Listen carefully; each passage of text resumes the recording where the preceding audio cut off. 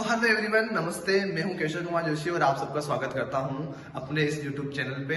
तो आज हम जिसकी स्टडी करने वाले हैं वो क्लास 10th का 11 चैप्टर है, जिसे कहते हैं विद्युत, इंग्लिश में कहते हैं इसको इलेक्ट्रिसिटी। ये बहुत ही ज्यादा इंटरेस्टिंग सा चैप्टर होने वाला है, क्योंकि आपने देखा होगा कि जैसे ही आप लाइट जलाते हैं जैसे ही आप स्विच जलाते हैं वैसे क्या हो जाती है, लाइट चालू हो जाती है। और आपने देखा होगा कि आप जैसे ही अपना मोबाइल को बैटरी से कनेक्ट करते हैं या चार्जर से कनेक्ट करते हैं तो वो चार्ज होने लग जाते हैं और अच्छे तरीके से काम करने लग जाता है। तो आज इसी चैप्टर के अंदर पढ़ेंगे कि लाइट क्या होती क्या है, आवेश क्या होता है, करंट क्या होता है, आपके वोल्टेज क्या होती है, प्रतिरोध क्या होता है, रेजिस्टेंस क्या होता है, रेजिस्टिविटी क्या होती है।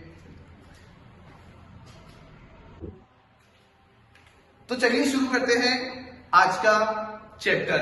ये चैप्टर हिंदी मीडियम वाले के लिए होने वाला है, इंग्लिश मीडियम के लिए मैंने पहले से ही अपलोड कर दिया गया है, तो आप रिवीजन क्लास में उसको देखिएगा, ठीक है। तो चलिए शुरू करते हैं आज का लेक्चर। आज के लेक्चर में अपन देखेंगे विद्युत धारा, ठीक है। ये बहुत इंपोर्टेंट चैप्टर होने वाला है, क्योंकि इस चैप्टर के अंदर क्या है, आपके न्यूमेरिकल ज्यादा आते हैं, इसके अंदर फॉर्मूले ज्यादा है, ठीक है। तो देखते हैं इस चैप्टर के अंदर कि अपन विद्युत धारा कहां से कहां जाती है, इलेक्ट्रॉन कहां से कहां जाते हैं, आवेश किसे कहते हैं, आवेश का मात्रक क्या होता है। चलिए शुरू करते हैं, ठीक है। सबसे पहला जो आपके आता है वो आता है आवेश यानी चार्ज। जैसे आपने देखा होगा नदी के अंदर पानी बहता है, ठीक है, वैसे वैसे तार में क्या होते हैं, इलेक्ट्रॉन या आवेश, इलेक्ट्रिकल आवेश जो है वो बहते हैं उसके अंदर, ठीक है। आवेश जो है इलेक्ट्रॉन के ऊपर लगा होता है, आपको पता है ना, नेगेटिव पॉजिटिव होते हैं, ठीक है। तो वो चीज आवेश होती है, यानी आवेशित इलेक्ट्रॉन क्या होते हैं, आपसे एक स्थान से दूसरे स्थान पे बहते हैं, चलते हैं, तो उसे कहते हैं आवेश कहते हैं, ठीक है। जब किसी समय के अंतराल में आप देखते हैं कि आवेश एक समय में या फिर एक पर्टिकुलर टाइम में कहां से कहां जा रहा है, ठीक है, उससे धारा की क्या कहेंगे, धारा। चलिए शुरू करते हैं। जैसे नदी में पानी बहता है वैसे ही तार में क्या होता है, आवेश बहते हैं। क्या बहते हैं, आवेश। आवेश को किससे डिनोट किया जाता है, क्यू से। इससे आपके आवेश को दर्शाया जाता है, ठीक है। आवेश का मात्रक होता है कूलाम। एक नंबर में आपके आ सकता है प्रश्न, वैसे तो आएगा भी है, लेकिन एक नंबर में आपके प्रश्न आ सकता है इस बार, ठीक है। अब ये है आवेश का फॉर्मूला यानी सूत्र, Q बराबर N E माइनस। माइनस क्या है कि आवेश पे कितना होता है, आपके इलेक्ट्रॉन पे आवेश कितना होता है, 1.6 इंटू 10 की पावर -90 कूलाम। तो ये एक इलेक्ट्रॉन पर आवेश है। अगर मान लो कोई आपको 2 बोलते हुए, 3 बोलते हुए, 4 बोलते हुए, तो वो कितना आवेश होगा, ठीक है। तो ये आपके आवेश निकालने का क्या है, फॉर्मूला है। चलो ठीक है, अपन देखते हैं यह इलेक्ट्रॉन पर आवेश बताई दिया मैंने आपको। अन क्या होता है, आवेशित इलेक्ट्रॉन की संख्या, भाई कितने इलेक्ट्रॉन उसके अंदर प्रेजेंट है, ठीक है। देखो ये बहुत ज्यादा इंपॉर्टेंट क्या है प्रश्न है, आपके एनसीईआरटी में प्रश्न ये दे भी रखा है, ठीक है, कि एक कूलाम आवेश में कितने इलेक्ट्रॉन की संख्या होती है। ऐसा का ऐसा याद कर लो, ये एनसीईआरटी का बहुत इंपॉर्टेंट प्रश्न है, ठीक है। एक कूलाम आवेश के अंदर कितने इलेक्ट्रॉन की संख्या होती है, एक कूलाम आवेश के अंदर कितने इलेक्ट्रॉन की संख्या होती है, कितनी होती है, 6.25 इंटू 10 की पावर 18। कितनी होती है, 6.25 इंटू 10 की पावर 18। माइनस के लिए आएगा, प्लस के आएगा, अपनी संख्या किसमें आती है, प्लस के अंदर। माइनस के तो कभी देखिए संख्या के अंदर नहीं, ठीक है। 6.2 इंटू 10 की पावर 18 क्या होती है, इलेक्ट्रॉन की एक कूलाम में संख्या होती है, ठीक है। अब देखते हैं जो मेन चैप्टर है जो आपको दे रखा है, विद्युत धारा। विद्युत धारा क्या होती है, सुनना। विद्युत धारा का मतलब है कि एक समय में निर्धारित कर लिया, उस समय में कितने उसके अंदर आवेश पास हुए इलेक्ट्रॉन के अंदर, एक स्थान से दूसरे स्थान में कितने आवेश गए, वो क्या कहलाएगा, आपके विद्युत धारा। देखो आवेशों की प्रवाह की दर किसे निकालते हो, हमेशा टाइम से। किसे निकालते हो, टी, हमेशा टाइम से निकालते हो आप, ठीक है। आवेशों की प्रवाह की दर यानी क्यू, प्रवाह की दर यानी बटे हुए में, ठीक है। Q अपॉन T क्या हो जाएगा, आपके धारा हो जाएगी। आवेशों की प्रवाह की दर विद्युत धारा कहलाती है। याद करने की जरूरत नहीं है, आवेश की प्रवाह की दर क्या कहलाती है, विद्युत धारा कहलाती है। फॉर्मूला याद करने की जरूरत नहीं है आपको। जहां I क्या है आपकी विद्युत धारा, आवेश क्या है आपका Q, और T क्या है आपका समय। देखो यहाँ पे बड़ा T हमेशा यूज में नहीं लेते हैं। बड़ा T का मतलब है टेम्परेचर। क्या होता है, टेम्परेचर, तापमान। इसका आंसर यहाँ पे कौन से रहते हैं, छोटे T का इस्तेमाल किया जाता है, ठीक है। तो बड़ा T लिख के बताना एग्जाम के अंदर, नंबर कर जाएंगे, ठीक है। अब मात्रक, इसका असली मात्रक क्या होता है, एम्पियर। क्या होता है, एम्पियर। इसको बड़े ए से क्या दर्शाते हैं, ठीक है। अब देखना मात्रक का मतलब क्या होता है, असली मात्रक का मतलब क्या होता है। यानी मैं दुनिया के यानी ब्रह्मांड के किसी भी शहर के अंदर चल जाऊं, किसी भी शहर के अंदर चल जाऊं, वहां पे एम्पियर का मतलब क्या होता है? विद्युत धारा, विद्युत धारा, विद्युत धारा। ठीक है, कहीं पे भी मैं एम्पियर लिख दूं, इसका मतलब क्या है? वहां पे विद्युत धारा की बात हो रही है। जैसे कहीं पे भी मैं रुपए लिख दूं, वहां पे मतलब क्या है? पैसों की बात हो रही है। जहां पे मैं मीटर लिख देता हूं, वहां पे किसकी बात हो रही है? डिस्टेंस की बात या दूरी की बात हो रही है। ठीक है, एम्पियर बड़ा ए से दर्शाया जाता है। किससे दर्शाया जाता है? बड़े ए से। ये क्या है? इसका ऐसा ही मात्रक। मान लो आपने लिखा 0.5 एम्पियर लगाना आप भूल गए, तो 0.5 क्या? रुपए? मीटर? नहीं, 0.5 क्या? एम्पियर। तो एम्पियर से पता चलता है, पीछे की चीज से पता चलता है कि आप किसके बारे में बात कर रहे हो। किसके बारे में बात कर रहे हो? विद्युत धारा के बारे में बात कर रहे हो।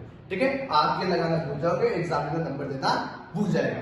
ठीक है, आगे देखते हैं विद्युत धारा को मापने का यंत्र। अब कुछ जैसे मान लो मैं दूरी को किस में नापता हूँ? स्केल से नाप सकता हूँ, फीते से नाप सकता हूँ, आपके कोई एक हाथ से नाप सकता हूँ, ग्लास से नाप सकता हूँ। तो मैं विद्युत धारा कैसे नापूंगा? हाथ से टच करके?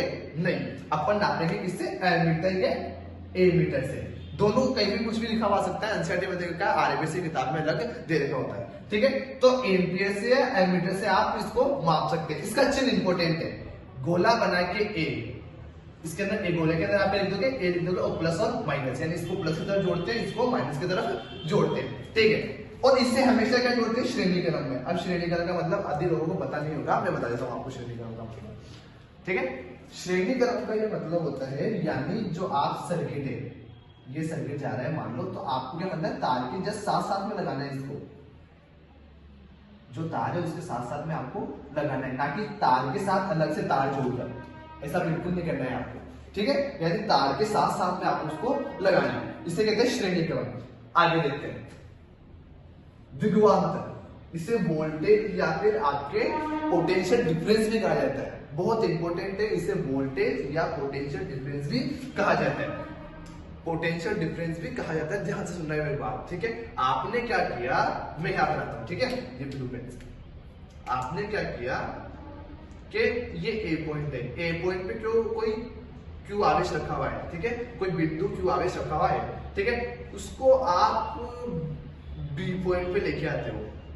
ठीक है, यानी आप क्या कर रहे हो? आप फोर्स लगा रहे हो, आपने विस्थापन भी कर दिया यहाँ पे। तो फोर्स और विस्थापन क्या होता है? वर्क होता है। क्या होता है? कार्य होता है। यानी आपने इस क्यू आवेश को ए पॉइंट से बी पॉइंट पे लाने में कितना काम करा, वो क्या कहलाता है? आपके वोल्टेज। क्या कहलाता है? वोल्टेज या विभवांतर। ठीक है, अब जैसे मान लो पानी अपने आप तो नहीं चलता। ठीक है, जैसे मान लो नदी के अंदर पानी है, वो पानी अपने आप तो नहीं चलेगा, उसको क्या चाहिए? ढलान चाहिए। पानी को चलने के लिए क्या चाहिए? ढलान चाहिए। वैसे ही क्या होगा कि आवेशों को चलने के लिए क्या चाहिए? वोल्टेज चाहिए, धक्का चाहिए, तब जाके वो अपना काम करेगा। वो नपता है, उसको चलने के लिए क्या चाहिए? धक्का चाहिए, तब जाके वो अपना काम करेगा। वैसे ही तो आप क्या लगाते हो? बैटरी लगाते हो उसको धक्का देने के लिए, आप एकदम उसको वोल्टेज देते हो धक्का देने के लिए कि इलेक्ट्रॉन पास हो जाए। ऐसे करो ना, आप बैटरी लगाते हो तब जाके तो आपको छोटा सा वो मोटर चालू होती है, बिल्कुल ऐसे ही। ठीक है, यानी उसी प्रकार इलेक्ट्रॉन को धक्का देने के लिए क्या चाहिए? वोल्टेज की आवश्यकता होती है, जरूरत होती है। अब देखते हैं वोल्टेज होता है क्या, विभवांतर क्या होता है? दो बिंदुओं के बीच इकाई आवेश को ले जाने में किया गया कार्य क्या कहलाता है? विभवांतर कहलाता है। देखो मैंने बताया आपको कि ये ए पॉइंट है, ए पॉइंट पे कोई इकाई आवेश पड़ा हुआ है, क्यू बी, प्रतिरोध या फिर रेजिस्टेंस कहा जाता है। ठीक है, प्रतिरोध या फिर रेजिस्टेंस कहा जाता है। इसे ही आर से दर्शाया जाता है। तो ये आया कहां से? मैंने बता दिया आपको, ये आया आपके आर से। यानी ये जब आप बी और आई का ग्राफ बनाते हैं तब क्या आता है? आपके आर आता है। देखो आगे, अब ये समझाने से पहले मैं ये चीज बताता हूँ कि ये आर डिपेंड किन किन चीजों पे करता है, किन किन चीजों पे ये अफेक्ट डालता है, किन किन चीजों पे ये क्या है? निर्भर है। देखो आपके एग्जाम में लिखा हुआ आएगा कि प्रतिरोध को बदलने वाले या प्रतिरोध किन किन फैक्टर पे डिपेंड करता है, उनकी का लिखो, नाम लिखो। निर्भर किन किन चीजों पे करता है उसके नाम लिखो। जिसमें पहला आ गया आपके लंबाई। देखो ये मान लो ये क्या है? छोटी सी गली है, ये मान लो आपकी क्या है? लंबी गली है। ये गली मान लो, आप सड़क मान लो। ठीक है, तो सड़क में आप हाईवे मानते हो तो यहाँ पे क्या चलती है? गाड़ियां चलती है और आपको तेजी से गाड़ी लेके जानी है, तो ये क्या करते हैं? आपको धीरे धीरे रुकावट पैदा करते हैं। यदि मान लो इसी रोड को मैं क्या करता हूँ? लंबी कर देता हूँ, तो भी आपकी क्या होता है? मुझे यहाँ से यहाँ जाने में तो ए से बी जाने में थोड़ा सा कम समय लगेगा, लेकिन यहाँ से जाने में क्या लगता है मेरे को ज्यादा समय लगता है, क्योंकि लंबाई क्या करती है मैंने ज्यादा कर दी। यदि आप लंबाई ज्यादा करते हो तो गाड़ियों की संख्या भी बढ़ जाती है, ऑटोमेटिक क्या होती है ज्यादा हो जाती है, तो आपको जाने में क्या लगता है ज्यादा समय लगता है। यानी रेजिस्टेंस जो है वो डायरेक्टली प्रोपोर्शनल है, समानुपाती है किसके, लंबाई के। जैसे जैसे आप लंबाई बढ़ाते हो वैसे वैसे रेजिस्टेंस भी क्या होता है आपके बढ़ता जाता है। अब यदि मैं इसको मान लो सड़क को कोशिश क्या कर देता हूँ, चौड़ी कर देता हूँ, क्या कर देता हूँ मैं, चौड़ी कर देता हूँ, इसकी क्षेत्रफल क्या कर देता हूँ मैं, बढ़ा देता हूँ, एरिया बढ़ा देता हूँ, तो मुझे जानने में क्या चाहिए, आसानी हो जाती है। यानी एरिया किसके इनवर्सली प्रोपोर्शनल है, किसके, रेजिस्टेंस के, यानी प्रतिरोध के। प्रतिरोध की क्या है, एरिया व्युत्क्रमानुपाती। जैसे मैं रेजिस्टेंस बढ़ाऊंगा एरिया क्या हो जाता है कम, और एरिया बढ़ाऊंगा तो रेजिस्टेंस क्या हो जाएगा, कम हो जाएगा। जैसे मान लो छोटी सी गली में मैं बहुत गैप के ढूंढ के जाना पड़ेगा, यदि गली मोटी हो गई तो मैं क्या करूंगा, आराम से निकल पाऊंगा। जैसे देखो मान लो यहाँ पे मैं 2-3 और कर देता हूं, अब मैं मान लो एरिया बढ़ा देता हूं, तो क्या होगा, नदी का फ्लो आसानी से बढ़ जाएगा। जितनी नदी चौड़ी होगी उतना क्या होगा, उसका फ्लो ज्यादा होगा, जितनी नदी पतली होगी जितना उसमें रेजिस्टेंस क्या होगा, ज्यादा होगा। देखो अब तीसरी चीज है, पदार्थ की प्रकृति पर निर्भर करता है। पदार्थ की प्रकृति पर निर्भर कैसे करता है मैं आपको बताता हूं। देखो पदार्थ की प्रकृति पर निर्भर कैसे करता है, बहुत ही सिंपल है। जैसे चांदी जो है, चांदी क्या होता है, बहुत ही अच्छा कंडक्टर होता है। चांदी क्या होता है, चांदी या सिल्वर क्या होता है आपकी बहुत ही ज्यादा अच्छा कंडक्टर होता है। क्यों होता है, क्योंकि उसमें रेजिस्टेंस क्या होता है, कम होता है। इससे थोड़ा सा ज्यादा किसमें होता है, एल्यूमिनियम में, जो आपके बाहर तार लगाए जाते हैं। इससे थोड़ा सा ज्यादा किसमें होता है, आपके कॉपर में, जो दोनों में तार लगाए जाते हैं। ठीक है, तो अलग अलग आप मटेरियल यूज में लोगे, पदार्थ यूज में लोगे, तो उसकी प्रकृति भी क्या हो जाती है, उसकी चेंज हो जाती है, यानी आज भी क्या हो जाता है, उसका चेंज हो जाता है। सबसे अच्छा जो सुचालक कौन सा होता है, चांदी, क्योंकि उसमें रेजिस्टेंस क्या होता है, बहुत ही कम होता है, प्रतिरोध क्या होता है, बहुत ही कम होता है। ये थोड़ा सा शुद्ध रूप में पाया जा सकता है। अब यहाँ पे कोई लोग बोलेंगे सर आप सोना क्यों नहीं लेते, सर सोने में भी तो बहुत कम अशुद्धियां पाई जाती है। सोने में अशुद्धियां कम पाई जाती है, वो किसमें पाई जाती है, 24 कैरेट में, और एकदम क्या होता है, वो सॉफ्ट होता है, तो अपन इसको तार बनाने में यूज में नहीं ले सकते। आपको इसमें क्या करना है, अशुद्धियां बनानी पड़ेगी, 22 कैरेट पे करना पड़ेगा या 18 कैरेट पे करना पड़ेगा। ठीक है, अब देखो यदि आपके क्वेश्चन आ जाता है कि ओम के नियम को समझाइए, तो ओम के नियम को क्या क्या समझाना है। देखो सबसे पहला पॉइंट, आपको ओम के नियम की परिभाषा लिखनी है, फॉर्मूला लिखना है, और आपको रेजिस्टेंस के बारे में बताना पड़ेगा। जब तक आप ग्राफ नहीं बनाओगे तब तक आपके नंबर कट होंगे ही होंगे। ठीक है, और ओम के नियम को परिभाषित करने के लिए एक आपको सर्किट बनाना पड़ेगा। इस कार्य से पहले और इस कार्य मैंने सर्किट मिटाया नहीं, क्योंकि आपको सर्किट ओम के नियम पे बनाना पड़ेगा। तो ओम के नियम किसमें समझाओगे आप, सर्किट के बिना तो आप ओम के नियम को समझाने से रहे, सर्किट के बिना और ग्राफ के बिना तो आप ओम के नियम को समझा ही नहीं सकते। देखो अब कुछ कुछ चीजें जो इंपोर्टेंट है, जो हर साल आती है, जैसे आपके प्रतिरोध का मात्रक क्या होता है, प्रतिरोध का मात्रक होता है ओम। इसको बनाते कैसे, देखो ऐसे ओ कर दिया, लेकिन इतनी जगह छोड़ दी, उसको आइडो साइडो में कर दिया। ठीक है, यानी ओम के नियम ओम के नियम से क्या आया था, रेजिस्टेंस आया था, तो रेजिस्टेंस की यूनिट भी क्या होती है, ओम हो जाती है आपके। ठीक है, तो चलिए आगे शुरू करते हैं। अब इन तीनों से मिलकर अपन क्या बनाते हैं, अपन बनाते हैं प्रतिरोधकता। क्या बनाते हैं, प्रतिरोधकता। इसको आगे वाली स्लाइड में अपन देखते हैं। तो आइए शुरू करते हैं प्रतिरोधकता से। अब प्रतिरोधकता का मतलब क्या होता है, प्रतिरोधकता आपने देखा था कि प्रतिरोध जो है वो लंबाई पे और एरिया पे क्या करता है, निर्भर करता है। ठीक है, ये तो इसके इनवर्सली प्रोपोर्शनल होता है, ये किसका होता है प्रोपोर्शनल होता है। देखो अब जब भी समानुपाती का चिन्ह हटता है, मैंने आपको बताया था जब भी समानुपाती का चिन्ह हटता है तब इक्वल का चिन्ह और एक भाई साहब आते हैं। ठीक है, तो यहाँ पे इक्वल का चिन्ह तो आ गया, और एक भाई साहब क्या आता है यहाँ पे, रो। कौन आता है, रो। रो को क्या कहते हैं, आपके प्रतिरोधकता कहते हैं। क्या कहते हैं, प्रतिरोधकता कहते हैं। देखो ये रो है क्या, देखना ये है क्या, चीज में है क्या। ठीक है, ये एक पदार्थ का है, धातु का क्या है, विशिष्ट लक्षण। ये हर एक धातु का क्या होता है, नियत मान होता है। ठीक है, जैसे मान लो चांदी है, चांदी का एक नियत होगा, बदले में कहीं की भी चांदी लो, चांदी का एक नियत क्या होगा, प्रतिरोधकता होगी। सोने की एक अलग प्रतिरोधकता होगी। हर एक धातु की क्या क्या होती है, एक अलग प्रतिरोधकता होती है, यानी ये विशिष्ट लक्षण है। और इसमें ये तो नहीं पूछा जाएगा कि प्रतिरोधकता कहते हैं किसको है, इसमें आंसर ये आएगा कि प्रतिरोधकता का फॉर्मूला बताओ। यानी अब देखना, अब मैं इसको एक को ले जाता हूं, तो आर पहले एक इसमें था, भाग में था, अब दूसरा रहता है गुने के अंदर यानी मल्टीप्लाई में। नीचे क्या जाएगा एल और बराबर क्या जाएगा रो। तो ये रो का क्या हो गया तुम्हारे फॉर्मूला हो गया। और इसकी ऐसा यूनिट क्या होती है ओम मीटर। अभी ओम मीटर कैसा है वो देखना। इसका होता है ओम, ऐसा यूनिट इसकी होती है ओम। एरिया का होता है मीटर स्क्वायर और इसका होता है मीटर। जब मीटर से मीटर कैंसिल होगा तो क्या बचता है ओम मीटर। तो इसकी ऐसा यूनिट क्या आती है ओम मीटर। तो प्रतिरोधक को दर्शाते किससे हैं रो से। रो से इसको दर्शाया जाता है। ये एक पदार्थ का क्या है विशिष्ट लक्षण है। हर एक पदार्थ का क्या होता है अलग अलग। अब देखो सबसे इंपॉर्टेंट बात तो ये आपके क्वेश्चन भी आता है। सुनना, आपके क्वेश्चन ऐसा आएगा कि यदि हम किसी तार को दुगना कर दें, यदि किसी तार की लंबाई को क्या करते हैं दुगना कर देते हैं और उसका क्षेत्रफल क्या हो जाता है आधा हो जाता है, तो बताओ प्रतिरोध पे और प्रतिरोधकता पे क्या प्रभाव पड़ेगा। तो प्रतिरोध का तुम निकाल लेना, ठीक है, अगली स्लाइड में मैं आपको ही बताऊंगा। लेकिन प्रतिरोधकता का तो मुझे आंसर यहीं पे लिखा हुआ है। ये देखो ये लंबाई पे और क्षेत्रफल पर निर्भर नहीं करता। यदि मैं उसकी लंबाई पे 2 गुनी बढ़ाऊं, 3 गुनी बढ़ाऊं, 4 गुनी बढ़ाऊं, क्षेत्रफल को आधा कर दूं या गायब कर दूं, प्रतिरोधकता पे भी कोई निर्भरता नहीं होती है। ठीक है, जैसे मान लो कि कोई तार है, किसी तार को मैं क्या करता हूँ लंबा खींच देता हूँ, तो क्या उसमें करंट बहना बंद हो जाएगा? क्या वो सुचालक से कुचालक हो जाएगा? नॉन कंडक्टर से कंडक्टर हो जाएगा? कंडक्टर से नॉन कंडक्टर हो जाएगा? नहीं। तो ये क्या होता है पदार्थ की प्रकृति होती है जो पदार्थ पे किसी फैक्टर पर निर्भर नहीं करती है। ठीक है, तो प्रतिरोधकता लंबाई पे और क्षेत्रफल पर निर्भर नहीं करता है। ये चीज याद रखना बहुत ही ज्यादा इंपॉर्टेंट है। अब देखो, अब हमने क्या करते हैं घरों के अंदर तार जोड़ देते हैं।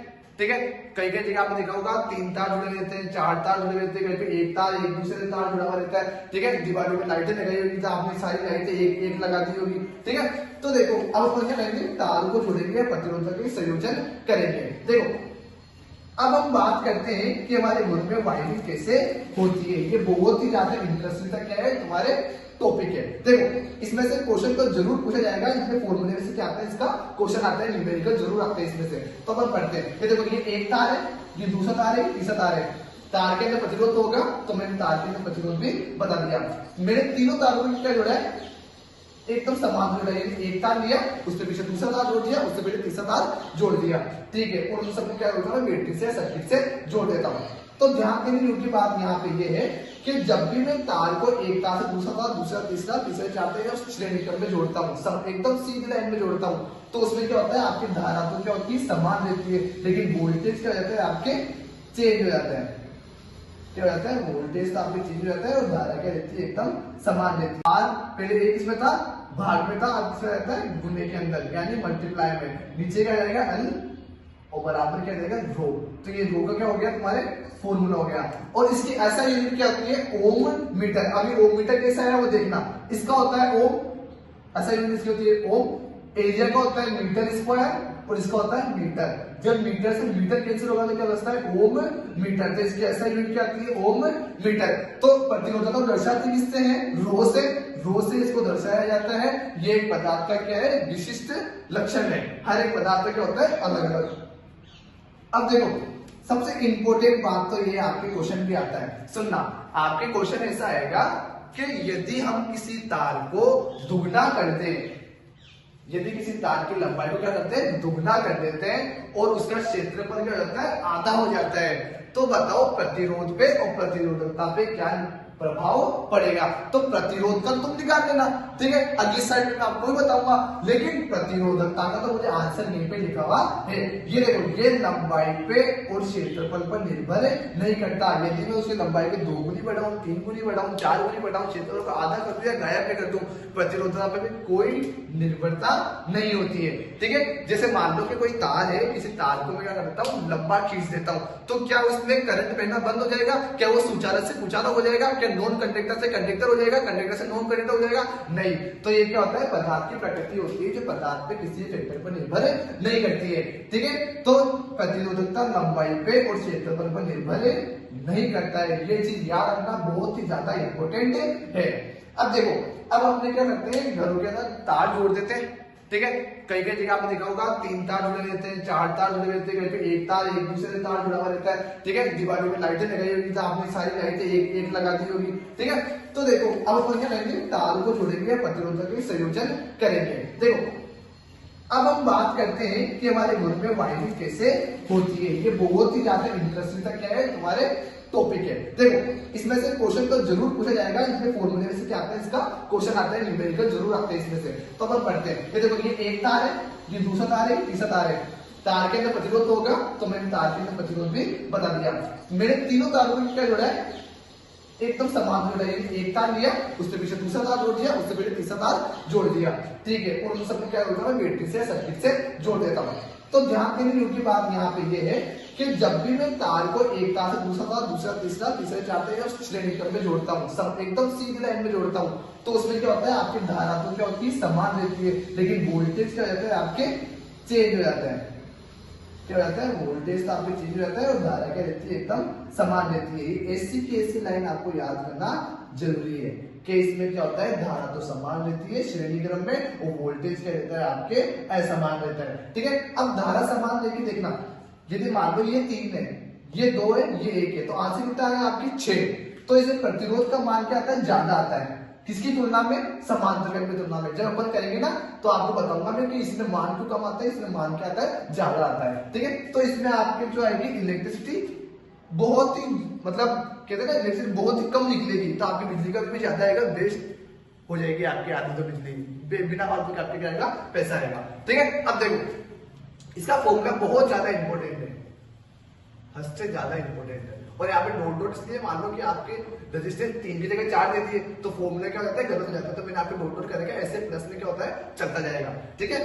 यानी जो रेजिस्टेंस सीरीज या श्रेणी, प्रतिरोध श्रेणी के अंदर उसका फॉर्मूला क्या आता है, R1 plus R2 plus R3, 3 plus 2 plus 1 कितना हो जाएगा, 6। यानी कुल कितना आया आपके पास रेजिस्टेंस, 6 का रेजिस्टेंस आया, ठीक है। यानी इसके बाद याद करने की ये है आपके कि इसमें धारा क्या होती है, समान, और वोल्टेज क्या होता है, असमान। इसका विपरीत क्या होगा, समांतर क्रम में, इसे पार्श्व क्रम भी कहते हैं। क्या कहते हैं, पार्श्व क्रम भी, ठीक है। इसमें सभी तार एक दूसरे के समांतर जोड़े जाते हैं, एक दूसरे के समांतर जोड़े जाते हैं, तथा इसका उपयोग हमारे घरों में किया जाता है ताकि बल्ब खराब हो जाने पर भी बल्ब बाकी के जो बल्ब है वो जलते रहे। जैसे मान लो यहाँ से क्या हो गया, तार टूट गया, लेकिन ये दो तो क्या होंगे, जलते रहेंगे, ठीक है। ये एक तार को वापस से कनेक्ट करके मैं सही कर दूंगा। अगर मान लो मैं यहाँ पे तार लेता हूँ तो पूरा क्या हो जाएगा, सर्किट बंद हो जाएगा, क्योंकि सर्किट क्या है, चालू वहां पे नहीं रहेगा, ठीक है। तो इसमें क्या होता है, आपके वोल्टेज क्या रहती है, समान, और धारा क्या रहती है, असमान। वापिस सुनो, देखो यदि मैं यहाँ से क्या कर देता हूँ, एक तार काट देता हूँ, क्या गलती से कट गया, तो ये दो तो क्या होंगे, चलते रहेंगे। ये एक क्या हो जाएगा, खराब में वापस से क्या करते हैं, इसको रिपेयर कर दूंगा। लेकिन इसमें ऐसा नहीं है, इसमें क्या होता है, आगे सर्किट पूरा नहीं होता है, बीच में क्या जाता है, आपके गैप आ जाता है, ठीक है। ठीक है, आगे देखो, अब इसमें आता है आपके प्रतिरोध क्या होता है, कम होता है, यानी इलेक्ट्रिसिटी क्या होगी, आपके घर में ज्यादा आएगी। सीधे सीधे प्रतिरोध कम हो गया तो इलेक्ट्रिसिटी क्या आएगी, आपके ज्यादा आएगी। देखो मैंने आपको आपको बताया 3 प्लस 2 प्लस 1 क्या होता है, 6। अब मैं अगर यहां रखता हूं तो 3 प्लस 2 प्लस 1, ठीक है। अब देखना 6 2 प्लस 3 प्लस 6, ठीक है। 8 11 बटा 6 1/8, इसको ऊपर कर दो, ठीक है। 6/11 आपके किस में आ रहा है, पॉइंटों में आंसर आ रहा है, पॉइंटों में आंसर आ रहा है ना। देखो अगर यहाँ पे आंसर आपके 6 आ रहा है, यहाँ पे आपके क्या आएगा, पॉइंटों में आंसर आएगा। तो ज्यादा कहां पे रहा आपकी प्रतिरोध, इस जगह पे प्रतिरोध यहाँ पे कम रहा। जितना प्रतिरोध कम उतना इलेक्ट्रिसिटी क्या होती है, ज्यादा आती है आपके घरों में। तो अपने घरों में कौन सा लगाया जाता है, समांतर क्रम का लगाया जाता है। जिससे पहला रीजन तो हो गया आपकी बिजली ज्यादा आएगी, दूसरा रीजन आपके लिए हो गया कि मान लो एक तार खराब भी होता है तो पूरा सर्किट खराब नहीं हो, उस तार को क्या कर दो, आप इसे रिपेयर कर दो, ठीक है। तो अगला टॉपिक अपन थोड़ी सी देर बाद पढ़ेंगे, ठीक है। जब तक आप इसका स्क्रीनशॉट ले सकते हैं। विद्युत धारा का तापीय प्रभाव के ऊपर देखो, विद्युत धारा का तापीय प्रभाव आप घरों में बहुत यूज लेते हैं कि विद्युत धारा से आप क्या करते हो, किसी को गर्म चीज करते हो। देखो सबसे पहले तो आप नहाने के पानी के लिए यानी गीजर के लिए आप विद्युत धारा का इस्तेमाल करते हो। दूसरी चीज आप प्रेस करने के लिए आप विद्युत धारा का इस्तेमाल करते हो। तीसरी चीज आप टोस्टर टोस्ट को गर्म करने के लिए क्या करते हो, ब्रेड को गर्म करने के लिए टोस्टर का उपयोग करते हो। और आप पानी को गर्म करने के लिए छड़ का इस्तेमाल करते हो, हीटर का इस्तेमाल करते हो। देखो इसे जूल का तापीय प्रभाव भी कहा जाता है, क्योंकि जूल ने क्या बताया था, आपका तापीय प्रभाव बताया था। इस कारण से इसे जूल का तापीय प्रभाव भी कहा जाता है, ठीक है। मैं एक बार मार्कर ले लेता हूं आपसे, ठीक है। जूल का तापीय प्रभाव भी कहा जाता है। जब करंट किसी ज्यादा प्रतिरोध, ध्यान रखना, ज्यादा प्रतिरोध तार से गुजरता है तो क्या हो जाता है, टकराव ज्यादा हो जाता है। टकराव के कारण क्या होता है, वहां पे गर्मी पैदा होती है, ठीक है, तो गर्म हो जाता है और इससे जूल का तापीय प्रभाव कहा जाता है। जब भी आप किसी चीज को टकराओगे, किसी चीज से टकराओगे तो वो चीज क्या होती है, इसी गर्म होने लग जाती है, ठीक है। तो तापीय प्रभाव का मतलब क्या है, जितना ज्यादा प्रतिरोध किसी तार में होगा उतना ही क्या होता है, उसके अंदर उष्मा उत्पन्न होती है, यानी वो गर्म हो जाता है। तो इसलिए क्या कहते हैं, जूल का तापीय प्रभाव कहते हैं। तो इसका फॉर्मूला क्या है, H बराबर हीट बराबर क्या होता है, I स्क्वायर आर टी। इतना इंपॉर्टेंट है जिससे तुम सोच नहीं सकते, इसमें से क्वेश्चन बनेगा ही बनेगा न्यूमेरिकल, ठीक है। अब देखो दैनिक जीवन में आप यूज करते हो, बता दिया मैंने आपको, हीटर में करते हो, आप प्रेस में करते हो, टोस्टर में करते हो, पानी गर्म करने किसी भी चीज में छड़ में करते हो या फिर गीजर में करते हो, इनका इस्तेमाल किया जाता है। जैसे प्रेस है, प्रेस के अंदर क्या होता है, तार को ऐसे लपेट के उस पर कवच चढ़ा दिया जाता है, ठीक है। तो जैसे जैसे तार गर्म होगा वैसे वैसे क्या होता है, यहाँ पे ऊपर की प्लेट भी क्या होती है, गर्म होती है, क्योंकि क्या होता है, यहाँ पे थर्मल कंडक्टिविटी होती है, यानी ज्यादा तापमान से कम तापमान की ओर ताप बढ़ता है। तो इससे क्या होता है, आपकी प्रेस गर्म हो जाती है, ठीक है। तो इसका इस्तेमाल जूल के तापीय नियम के द्वारा किया गया, ठीक है। देखो आगे शक्ति, शक्ति यानी क्या होता है कि मेरे में कितनी ताकत है, मैं कितना काम कर सकता हूँ, कितने कम समय के अंदर में कितना ज्यादा काम कर सकता हूँ, वो क्या है, मेरी शक्ति है, मेरी क्या है, मेरे पावर है, ठीक है। तो देखो अंत में आप क्या पढ़ेंगे इस चैप्टर में, बिजली का बिल कैसे आता है, क्यों, मतलब कैसे आता है, किस बेस पे आपको बिजली का बिल आता है, ठीक है। ये निर्भर करता है किस पे, शक्ति पे, यानी आपने इलेक्ट्रिसिटी से कितना काम कराया, यानी आपने कितनी इलेक्ट्रिसिटी, 3 + 2 + 1 कितना हो जाएगा, 6, यानी कुल कितना आया आपके पास रेजिस्टेंस, 6 का रेजिस्टेंस आया, ठीक है। यानी इसके बाद याद करने की ये है आपके कि इसमें धारा क्या होती है, समान, और वोल्टेज क्या होता है, असमान। इसका विपरीत क्या होगा, समांतर क्रम, इसे पार्श्व क्रम भी कहते हैं, क्या कहते हैं, पार्श्व क्रम भी, ठीक है। इसमें सभी तार एक दूसरे के समांतर जोड़े जाते हैं, एक दूसरे के समांतर जोड़े जाते हैं, तथा इसका उपयोग हमारे घरों में किया जाता है ताकि बल्ब खराब हो जाने पर भी बल्ब बाकी के जो बल्ब है वो जलते रहे। जैसे मान लो यहाँ से क्या हो गया, तार टूट गया, लेकिन ये दो तो क्या होंगे, जलते रहेंगे, ठीक है। ये एक तार को वापस से कनेक्ट करके मैं सही कर दूंगा। अगर मान लो मैं यहाँ पे तार लेता हूँ तो पूरा क्या हो जाएगा, सर्किट बंद हो जाएगा, क्योंकि सर्किट क्या है, चालू ही वहां पे नहीं रहेगा, ठीक है।